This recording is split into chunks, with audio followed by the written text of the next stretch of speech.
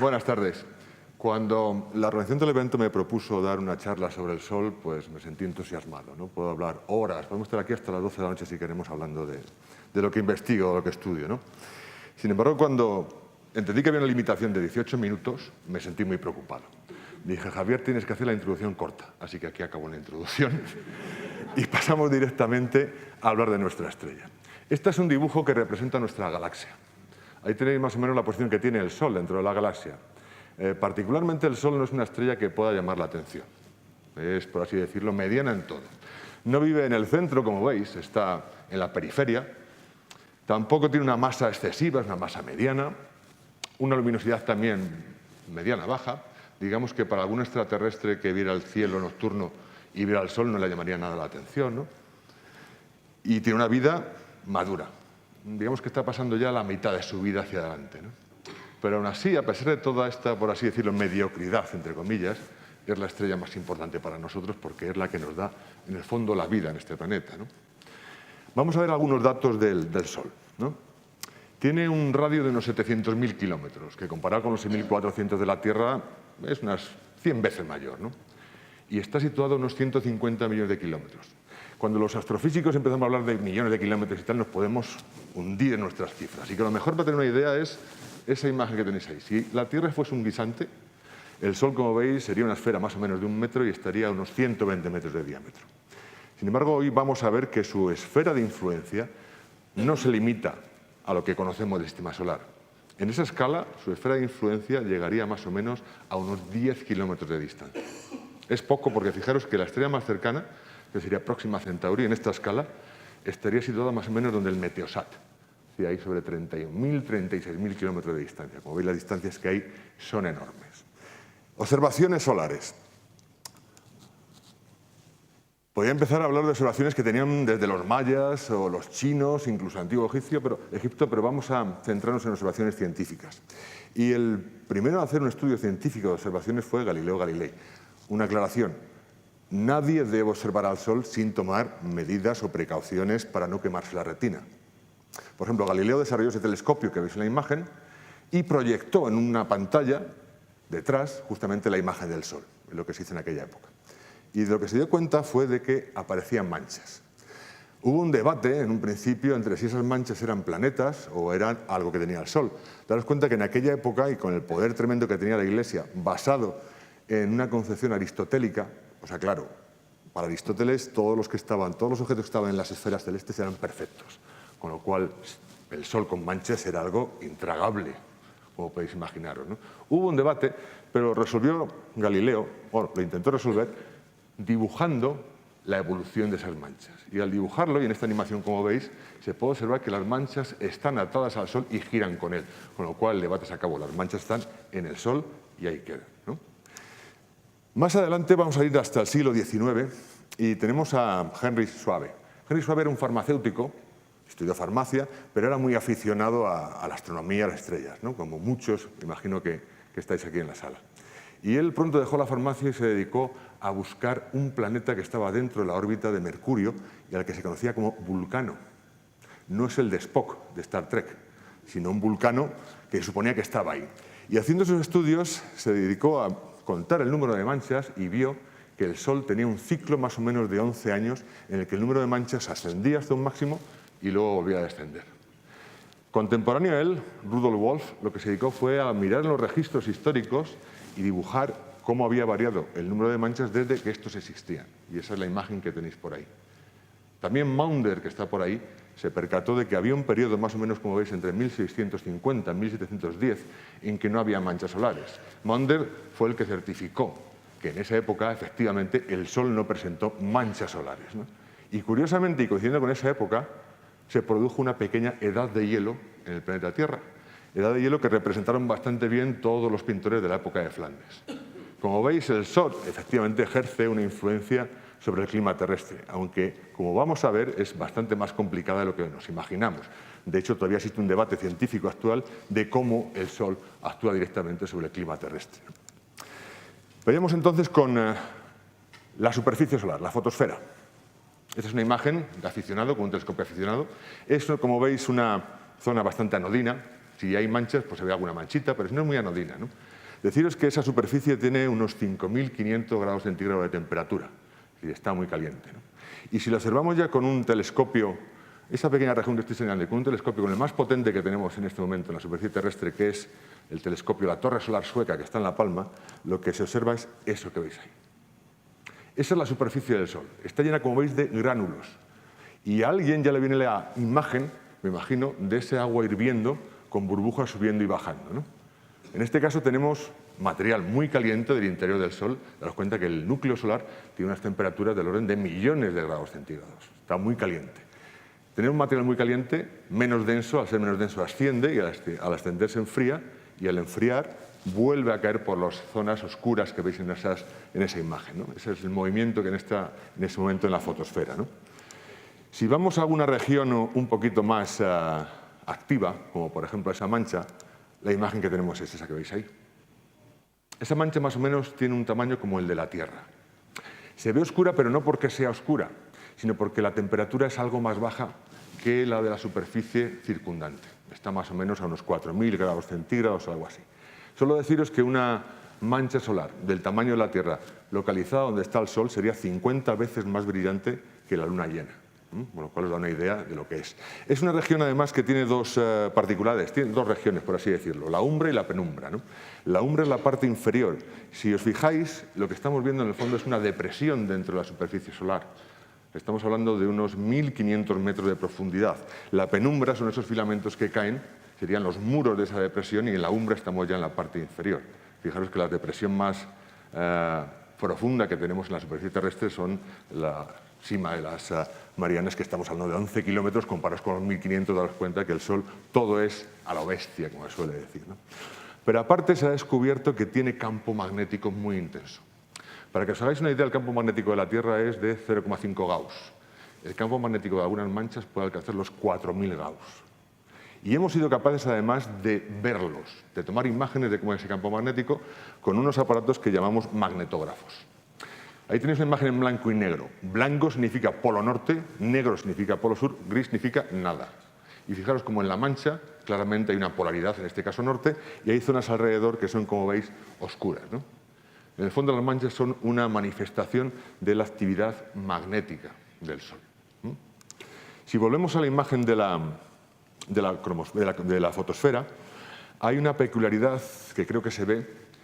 Como veis, la parte central es un poquito más clara que los bordes. Eso da idea de que existe una atmósfera, y una atmósfera que tiene lo que llamamos una opacidad, que es más fina en la parte central y aumenta en los bordes. Hemos sido capaces también de observar lo que es la cromosfera, que es la atmósfera que está justamente encima de la fotosfera, y lo hemos hecho jugando con la luz. La diferencia que tenemos los que estudiamos el Sol frente al resto de los astrónomos y astrofísicos es que nos sobra luz. El problema fundamental de la astrofísica es que hace falta telescopios enormes, sean radiotelescopios, sean ópticos, sean enormes para captar luz. En el caso del Sol nos sobra, hay que quitar luz. ¿Y quitamos luz cómo? Jugando, como veis, con los colores. Y al jugar con los colores lo que estamos haciendo es como una especie de escaneado en altura de la superficie solar. Es decir, empezamos, como veis, ahí en la fotosfera, y moviéndonos empezamos a ver las estructuras que están encima. Esa sería la atmósfera del Sol, que queda totalmente eclipsada por el brillo que hay debajo, pero que ahí está y ahí existe. Esa es la parte, como digo, de la atmósfera solar, conocida como cromosfera, y en algunos sitios, como por ejemplo cerca de regiones activas, como vais a ver, es una zona bastante activa. La temperatura sigue siendo elevadísima, estamos por encima de los 6.000 grados. Todo está completamente ionizado, quiere decir que todo conduce perfectamente la electricidad. Cada uno de los filamentos que veis ahí son corrientes eléctricas impensables de desarrollar en Tierra.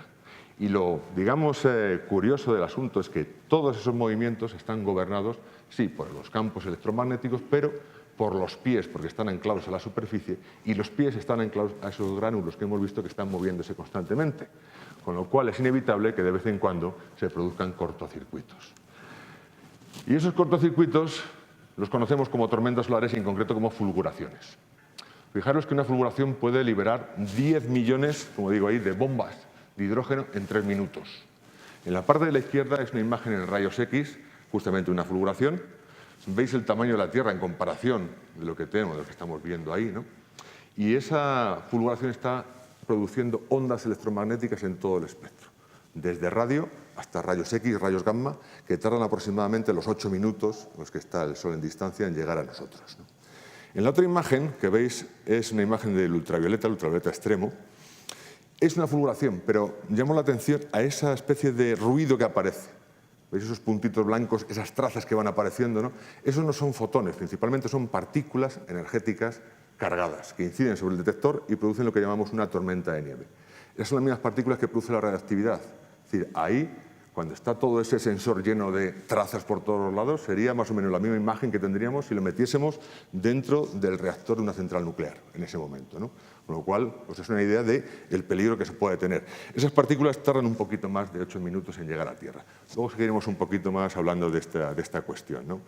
Vamos a seguir subiendo y seguimos subiendo, llegamos, como yo digo, a la parte más majestuosa del Sol, que es la corona, evidentemente, ¿no?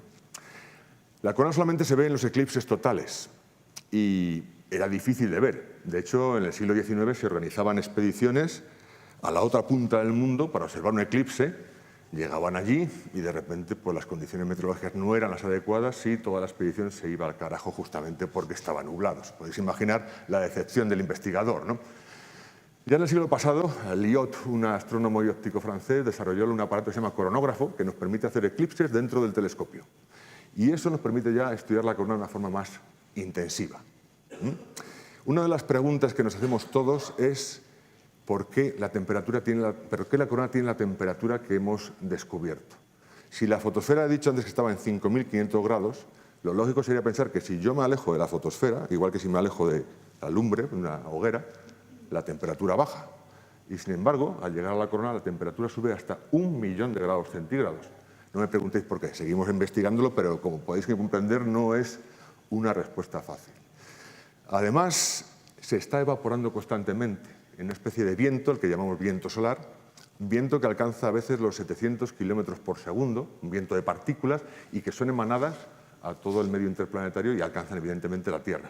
¿Hasta dónde llegan? Pues hasta los límites que os he comentado antes del reino solar, hasta esos 10 kilómetros en la comparativa que hacíamos antes o hasta esas 90 unidades astronómicas en, digamos, unidades físicas que utilizamos los astrónomos, ¿no? Deciros que hoy, en este momento, a esta hora, hay 2 artilugios humanos que han atravesado justamente esa frontera. Son las sondas Voyager 1, Voyager 2, fueron lanzadas en los años 70, y en este momento son 2 artilugios humanos que están ya, por así decirlo, en la galaxia. Han avanzado ya, han abandonado el sistema solar y están en la galaxia. Volviendo al tema de la corona, deciros que de vez en cuando se ha observado que en la corona, aparte de ese viento más o menos constante, esas ráfagas, hay auténticas tormentas. Estas imágenes que veis aquí fueron tomadas por SOHO. SOHO es la sonda espacial de la Agencia Espacial Europea, en colaboración con NASA, que más éxitos ha tenido a la hora de estudiar estos fenómenos. Fue lanzada, fijaros, en el año 1995, sigue operativa. La Universidad de Alcalá, el grupo al que pertenezco, desarrolló un ordenador que controla uno de los aparatos que tiene a bordo, y fijaros que en estos casi 20 años no ha tenido ni un solo problema, ni una sola pantalla azul de Windows. Voy a tocar madera. Pero os da una idea de... Hay una cosa clara, cuando trabajas con misiones espaciales, la gente piensa que estás trabajando con tecnología lo más puntero. Sí, se trabaja con tecnología puntera, pero en misiones espaciales lo fundamental es la fiabilidad. Si algo se rompe, no va a ir nadie a arreglarlo, ni menos donde está SOHO, con lo cual, por eso os digo que hace falta tener una fiabilidad extrema. Entre esas 2 imágenes, como os comentaba, de SOHO, han pasado 13 horas y, como veis, hay un cambio fundamental en la parte de la derecha. Ahí es lo que está saliendo. Lo vamos a ver mejor en una película, que van a ir por aquí ahora. Fijaros, esa es la película. El círculo indica dónde está el Sol. Hay una máscara, hay un palillo que tapa esa máscara. Vemos a Venus pasando ahora por detrás del Sol, vemos las estrellas detrás y fijaros cómo constantemente está lanzando lo que llamamos eyecciones de masa coronal. Fijaros, ahora hay una particularmente violenta, justamente cuando sale Venus por ahí atrás, y ese es un suceso de nieve brutal, tremendo. Como habéis visto antes, estamos hablando de 10.000 millones de toneladas de material. En algunos casos pueden alcanzar los 3.000 kilómetros por segundo, 12 millones de kilómetros a la hora. Imaginaros 10.000 millones de toneladas a 12 millones de kilómetros a la hora aproximándose a nosotros, ¿no? Pues el impacto puede ser, como podéis imaginar, brutal. De hecho, hay, digamos, efectos nocivos de estas tormentas solares, tanto en el espacio como en tierra. En el espacio porque, primero, cuando llega una eyección de este tipo, la atmósfera, las capas más externas de la atmósfera se expanden. Y los satélites, aunque parezca mentira, tienen rozamiento con ciertas capas de la atmósfera, tienen que estar constantemente corrigiendo la altura. Si de repente la atmósfera se hincha debido a este impacto, pues hay mayor rozamiento y el satélite cae a tierra. El caso más significativo fue el Skylab, que se precipitó a tierra en 1979. Pero hay casos también en los que se inducen corrientes dentro del satélite, se producen fallos en los ordenadores y eso también produce que los satélites se pierdan. Y estamos hablando de un negocio de cientos de millones de euros que se van al carete. Por otro lado, los astronautas, cuando están en una actividad extravehicular, se llaman EVA, de las siglas en inglés, su única protección frente a un ambiente hostil, como es vacío prácticamente, altas temperaturas o extremas temperaturas, o incluso una radiación extrema, como os he dicho antes, como meterlo dentro de un reactor nuclear, tiene única protección ese traje que tenéis ahí y, por supuesto, tiene que tener algún tipo de alarma para que si una tormenta viene, se refugie de alguna forma, ¿no? Con lo cual, como veis, es una cosa bastante seria ahí arriba.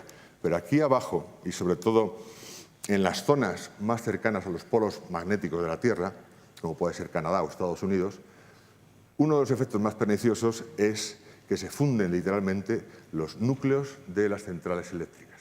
Eso que veis ahí es un suceso, como en concreto fue en marzo del 89 en Montreal. Durante 9 horas, 6 millones de usuarios se quedaron sin electricidad debido a una tormenta solar. Como veis, el núcleo quedó literalmente fundido.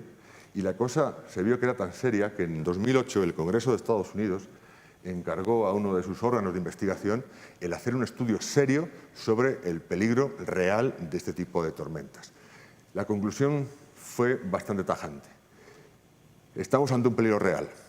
Si se reproduce un suceso como el que hubo en 1859, que es conocido como el suceso Carrington, que arrasó con toda la red telegráfica en aquel momento, se puede decir que volveríamos al siglo XVIII en 3 segundos, como quien dice. No quiero ser alarmista. Ya veo caras de miedo, pero no quiero ser alarmista. Ahí, digamos, todo esto se está, digamos, avanzando. Esto fue en 2008, en 6 años se está avanzando bastante. Y una de las preguntas es, bueno, ¿con qué frecuencia tenemos ese tipo de eventos?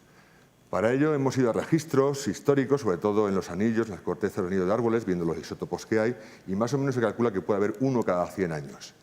En este que viene a continuación, esta es una imagen, una película de una sonda espacial americana estéreo, que es capaz de ver al Sol y a la Tierra a la vez. Tiene varias cámaras, una estáis viendo el Sol, otra Venus y otra la Tierra. Y sale una eyección de masa, creo que ya ha salido, ahora está por la zona de la heliosfera interior, ahora va a llegar, como veis, a Venus. Ahí tenéis justamente un medidor de la densidad cuando llega a Tierra y si os veis, hay una parte bastante densa que pasa justo por debajo nuestro. Si tuvimos una suerte porque llegamos a un vacío que hubo en esa zona, no afectó mucho, pero los cálculos que hemos hecho ahora indican que si llega a impactar esa zona contra la Tierra se había producido un suceso Carrington en 2008, creo que es en este caso. Insisto, no nos alarmemos. Nosotros estamos mejor protegidos que los Estados Unidos. Parece mentira, pero el hecho de estar más alejados de los polos magnéticos nos tiene más protegidos en ese sentido. Y además se están haciendo muchos estudios. Hay naves que están siendo desarrolladas, por ejemplo, Solar Orbiter va a ser una nave que va a estudiar el Sol, porque lo que estamos intentando hoy en día es predicción. Predicción para justamente decir, cuidado, viene el lobo y que venga de verdad, ¿no? Aparte de eso, la cara bonita de las tormentas geomagnéticas y solares son las auroras boreales, ¿no? Es una imagen que tenéis ahí. Aquí lo que está ocurriendo es que, como en todas las películas que hay un escudo protector de algo, en todas las películas se cuenta que siempre el escudo tiene un sitio, un fallo por el que entra alguien, ¿no?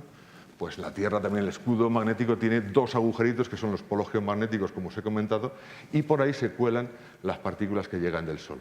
A tanta velocidad que cuando chocan con las moléculas de nitrógeno y de oxígeno, las excitan como un fluorescente y se iluminan, produciendo ese espectáculo, digamos, tan bonito que tenéis ahí. En fin. Como veis, hemos hecho un viaje desde las partes más extensas del cosmos hasta llegar a nuestro Sol. Yo he tenido el honor de contaros unas pinceladas de esta estrella, me dedico a su estudio, no al de la parte más brillante, más cegadora, sino a la parte más tenue, más fantasmagórica, que nos envuelve a todos, ¿no? Porque hay una cosa que va a quedar clara, o que creo que ha quedado clara. Vivimos dentro de la atmósfera del Sol. Muchas gracias.